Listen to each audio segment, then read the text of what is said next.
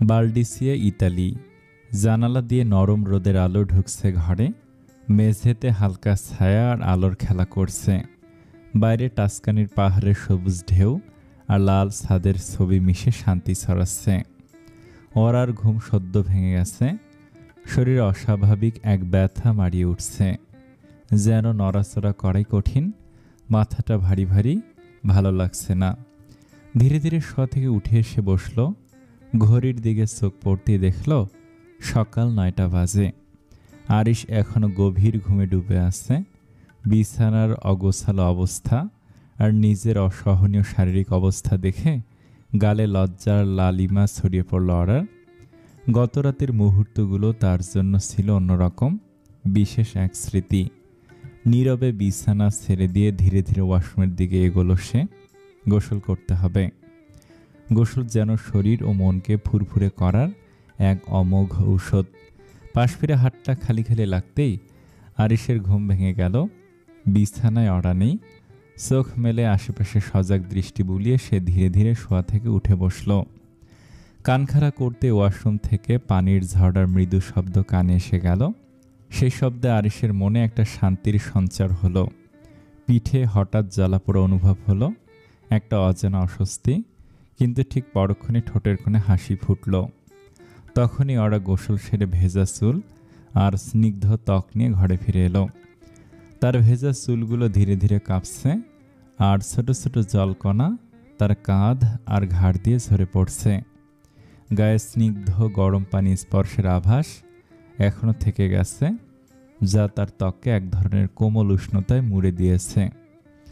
আরিশ ওরার দিকে তাকিয়ে রইল, চোখে এক গভীর মায়া মিশ্রিত আলো। যে মুহূর্তে সে তার ভেজা চুল, গরম ত্বক আর প্রশান্ত মুখমণ্ডল দেখছিল, মনে হচ্ছিল জীবনের সমস্ত ক্লান্তি ও অস্থিরতা মুছে গেছে।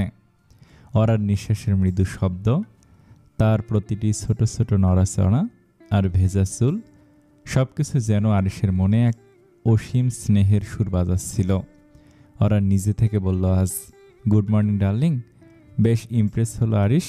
আড়মোড়া ভেঙে হাসি মুখে বলল, মর্নিং পাখি, আজ এত জলদি উঠলেন? এমনিতে তো ছুটির দিন অনেকক্ষণ ঘুমিয়ে থাকেন, এখন কি ছুটির দিন? হানিমুনে এসেছি, ছুটি কাটাতে নয়। বাই দ্য ওয়ে, এদিকে এসো। ওরা বাধ্য মেয়ের মতো আরিশের দিকে এগোলো। আরিশ ইশারায় বসতে বলল, তাই করলো ওরা। পিঠের দিকে তাকাও তো। ওরা যখন তার পিঠের দিকে তাকালো, প্রথমে কিছু বুঝতে পারল না, কিন্তু কিছুক্ষণ পরই সব স্পষ্ট হলো। নখের দাগ, ভালোবাসার নিদর্শন, যা সে নিজেই দিয়েছে আরিশকে। লজ্জায় তার গাল লাল হয়ে উঠল। হৃদয়টা যেন বেজে উঠল এক অজানা সুরে। আই এম সরি, মলম লাগিয়ে দিচ্ছি। উঠতে চাইল ওরা, কিন্তু আরিশ তাকে থামিয়ে নিজের কোলে টেনে নিল। ওভাবে সরি বললে তো আমাকে শতবার বলতে হবে হামিংবার্ড। আরিশ আঙুল দিয়ে ওরার গলার দিকে নির্দেশ করল। ওরা লজ্জায় চোখ নামিয়ে রাখল। গতরাতে আরিশ তার শরীরে ভালোবাসার ছোঁয়া এমনভাবে রেখেছে যে স্মৃতিটা এখনও তার ভেতর জ্বলছে। আরিশ এক বিন্দু ছাড় দেয়নি ওরাকে। শরীর চ্যাপ্টার থাক এখন, গোসল সেরে নিন, ঘুরতে বের হব তো। অফকোর্স, তুমি রেডি হয়ে নাও, আমি গোসল করে আসছি, বাইরে নাস্তা করব। ঠিক আছে। আরিশ ওরার কপালে একটা কোমল চুমু দিল, তারপর বিছানা ছেড়ে উঠে গেল। যেতে যেতে বলল, ব্যাগে শাড়ি আছে, ওটাই পরো। লাল টুকটুকে শাড়ির সাথে ম্যাচিং কালারের ব্লাউজ, শাড়ির সাথে একটা কালো পাঞ্জাবিও আছে। নিজের জন্য পাঞ্জাবি এনেছে ভদ্রলোক। এই বিদেশে এসেও তার দেশীয় পোশাক পরার মন মানসিকতা দেখে ওরার বেশ ভালো লাগলো। ওরা চটপট রেডি হয়ে নিতে লাগলো। প্রথমে হেয়ার ড্রায়ার দিয়ে চুলগুলো ঝকঝকে শুকিয়ে নিল, তারপর মন দিয়ে শাড়িটা পরল। ঠোঁটে গাঢ় লাল লিপস্টিক আর চোখে কাজল দিয়ে তার সাজ গড়ল পুরোপুরি। ওরা সাজগোজের মূল হাতিয়ার ছিল লিপস্টিক আর কাজল। সেই দুটোতেই তার নান্দনিকতা। খোলামেলা চুল আর কানে ঝলমলে একটা দুল, আর কি লাগে। সাজ সম্পন্ন করে ওরা বারান্দার দিকে পা বাড়ালো। বারান্দায় পা দেওয়া মাত্রই সে চমকে উঠল। সকালের আলোতে সবকিছু এতটাই মোহনীয় লাগছে যে চোখ ফেরানোই যাচ্ছে না। বারান্দার রেলিং ঘেঁষে বেয়ে উঠেছে সবুজ লতা পাতা, তার ফাঁকে ফুটে আসছে নানা নাম না জানা গোলাপি রঙের ছোট ছোট ফুল। একটা বুনো সৌন্দর্যের মতো। বাড়ির গা ঘেঁষে মাথা তুলে দাঁড়িয়ে আছে একটা পুরনো ম্যাপল গাছ, শরতের শেষ আলোয় যার পাতাগুলো ঝালমাল করে উঠছে লালচে, কমলা আর হালকা সোনালি রঙে। গাছটির একটা ডাল বারান্দার চেয়ে রয়েছে, ঠিক যেন প্রকৃতি নিজে এসে হাত বাড়িয়ে দিয়েছে। পাতাগুলো এত সুন্দর, এত জীবন্ত, এমনভাবে আলো আর হাওয়ায় দুলছে যেন সময়টাকে আটকে রাখার ইচ্ছা জাগে মনে। আরিশ রুমে এসে দ্রুত সাজগোজ সম্পূর্ণ করলো। পাঞ্জাবি পরে মৃদু কণ্ঠে অরাকে ডাকল। বারান্দায় দাঁড়িয়ে থাকা অরা তার ডাকনাম শুনে সাড়া দিল। আরিশও হাসি মুখে বারান্দার দিকে এগিয়ে এলো। চোখে মৃদু উষ্ণতা ছিল। ওয়াও! অরাকে দেখে মুচকি হাসল আরিশ। অরাও লাজুক হেসে তাকালো তার দিকে। পাঞ্জাবিতে আরিশকে দারুণ লাগছিল। ধীরে ধীরে সে এগিয়ে এলো বারান্দার দিকে। রেলিংয়ের পাশে ছড়িয়ে থাকা লতা পাতার ভেতর থেকে একটা ছোট্ট ফুল ছিঁড়ে নিয়ে অরার কানের পাশে গুজে দিল। তারপর মুগ্ধ চোখে তাকিয়ে বলল, শাড়িতে তোমার অসম্ভব সুন্দর লাগছে হামিংবার্ড। আপনাকেও পাঞ্জাবিতে দারুণ লাগছে। Thank you. চলো, খিদে পেয়েছে, পেটে ইঁদুর দৌড়াচ্ছে, হেসে বলল আরিশ। হ্যাঁ চলুন, বিকেলে এখানে এসে বসবো কিছুক্ষণ, জায়গাটা দারুণ। হ্যাঁ ঠিক আছে, চলো এখন। ওরা আরিশের হাত ধরে বারান্দা থেকে চলে গেল। নয়না পরন্ত বিকেল, প্রাইভেট পড়ে বাড়ি ফিরছিল নয়না। হঠাৎ পেছন থেকে পলাশের চেনা কণ্ঠস্বর ভেসে এলো। থমকে দাঁড়ালো সে। বরাবরের মতোই দৌড়াতে দৌড়াতে তার দিকে ছুটে আসছে পলাশ। জি বলুন। পলাশ কোমরে হাত রেখে দাঁড়ালো। ঘন ঘন নিঃশ্বাস ফেলে নিজেকে ধাতস্থ করতে একটু সময় নিল। তারপর বলল, কিছু কথা ছিল। হ্যাঁ বলুন, শুনছি আমি। না, আমি তোমাকে পছন্দ করি, তার চেয়ে বেশি কিছু অনুভব করি। হয়তো এটাকেই ভালোবাসা বলে। নয়না মাথা নিচু করে ফেলল। পলাশ মুখে না বললেও নয়না তো আগেই সব বুঝতে পেরেছিল, তাই অবাক হয়নি সে। পলাশ একটু থেমে আবার বলতে লাগলো, আগামীকাল সকালে খুলনা চলে যাচ্ছি আমি। বাবার ট্রান্সফার হয়ে গেছে, এখন থেকে আমরা খুলনাতেই থাকব। তবে লেখাপড়ার জন্য এইচএসসি পরীক্ষার পর আবার ঢাকায় ফিরব আমি। আকস্মিক পলাশের চলে যাওয়ার কথা শুনে নয়না কিছুটা হতভম্ব হয়ে গেছে। কি বলবে সেটা বুঝতে পারছে না। পলাশ নয়নার দিকে তাকিয়ে আসছে। মেয়েটার মুখে কিছু একটা শুনতে চায় সে। কিছুক্ষণ দুজনেই চুপচাপ দাঁড়িয়ে রইল। তারপর মুখ খুলল নয়না। কবে ফিরবেন? দীর্ঘশ্বাস ছাড়ল পলাশ। মুচকি হেসে বলল, 2 বছর পর। অপেক্ষা করতে পারবে না? চমকালো নয়না। অপেক্ষা? সে কি আসলে অপেক্ষা করবে? কিন্তু কেন করবে? পলাশকে কি সেও ভালোবাসে? সংশয় রয়েছে নয়না। অপেক্ষা? হ্যাঁ। আমি জানি না পলাশ ভাই, তুমি কি আমাকে পছন্দ করো না? তেমন কিছু না, কিন্তু শুধু পছন্দ করলে কেউ কারোর জন্য অপেক্ষা করে না পলাশ ভাই। ভালো লাগার থেকে বেশি কিছু থাকতে হয়।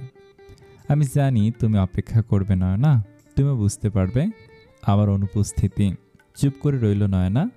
কেন জানি পলাশের প্রস্থানের কথা শুনে তার হৃদয়ে হাহাকার শুরু হয়েছে। হয়তো।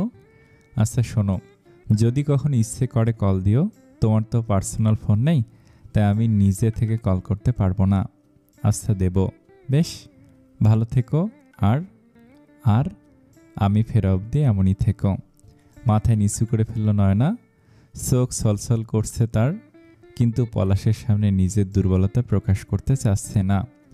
নিজের অনুভূতিকে নিজেই বুঝতে পারছে না মেয়েটা। ঠিক আছে, সাবধানে যাবেন, আর আপনিও ভালো থাকবেন। আচ্ছা যাচ্ছি এখন। আমার দিকে তাকাও একবার, দেখে রাখি একটু। সহজ সরল আবদার পলাশের। নয়না অন্যদিকে ফিরে চোখ মুছে ঠোঁটের কোণে হাসি ফুটিয়ে সামনে ফিরে তাকালো এবার। পলাশের চোখ মুখ শুকিয়ে গেছে। দেখুন। দেখছি তো।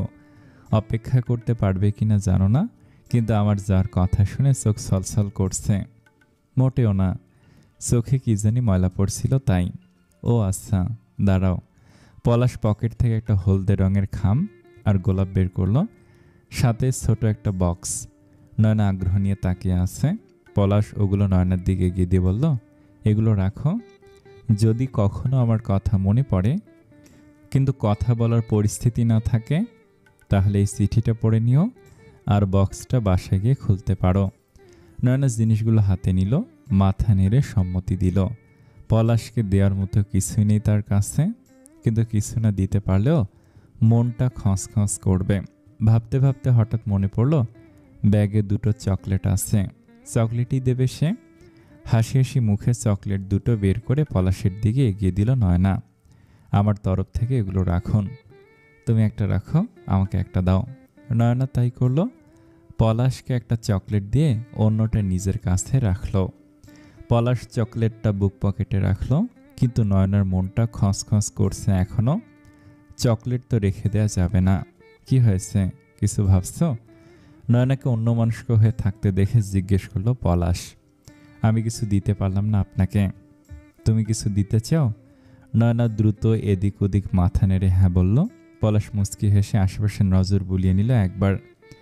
তোমার হাতটা আমার বুকের বাম পাশে রাখবে একবার, আমি না হয় তোমার স্পর্শ সাথে নিয়ে গেলাম। পলাশের এমন প্রস্তাবে অবাক হলো নয়না, সাথে কিঞ্চিত লজ্জা পেল।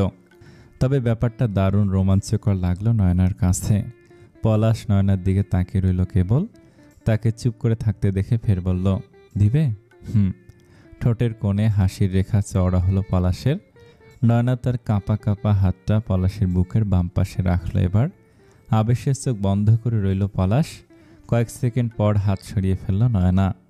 আমার হাত লক করে ফেললে এই পাসওয়ার্ড ছাড়া আর কখনোই ওই লক খুলবে না। পলাশ নয়নার হাতের দিকে ইশারা করে কথাটা বলল। নয়না বিস্ময়ের চোখে পলাশের দিকে তাকিয়ে আছে। ছেলেটা কত সুন্দর করে কথা বলছে আজ, দেখা যাবে। জানে মন, আসছি। মন দিয়ে পড়াশোনা করবে, নিজের খেয়াল রাখবে, আর ফোন কিনলে অবশ্যই কল দিবে। জি ঠিক আছে, আসছি। মাথা নাড়ল নয়না। পলাশ তবুও গেল না, নিষ্পলক দৃষ্টিতে তাকিয়ে রইল কিছুক্ষণ। তারপর আবার বলল, নয়না এবার আসি। আচ্ছা। পলাশ দাঁড়িয়ে রইল। নয়না এবার তার অবস্থা দেখে হেসে ফেলল। প্রেয়সীর হাসি দেখে চোখ বন্ধ করে ফেলে বুকে হাত রাখল পলাশ। যান এবার, আমারও দেরি হয়ে যাচ্ছে। হ্যাঁ আসছি, টাটা। টাটা। পলাশ ধীর পায়ে এগিয়ে যেতে লাগলো। দুজনের পথ আলাদা হলেও মনের পথটা বোধহয় পাকাপোক্তভাবে এক হয়ে গেল। আসসালামু আলাইকুম। পবিত্র ঈদুল আজহার দিন কোনো ভিডিও আসবে না, তাই মন খারাপ করবেন না। আগামীকাল চেষ্টা করব ভিডিও দেওয়ার। ধন্যবাদ সকলকে। আসসালামু আলাইকুম।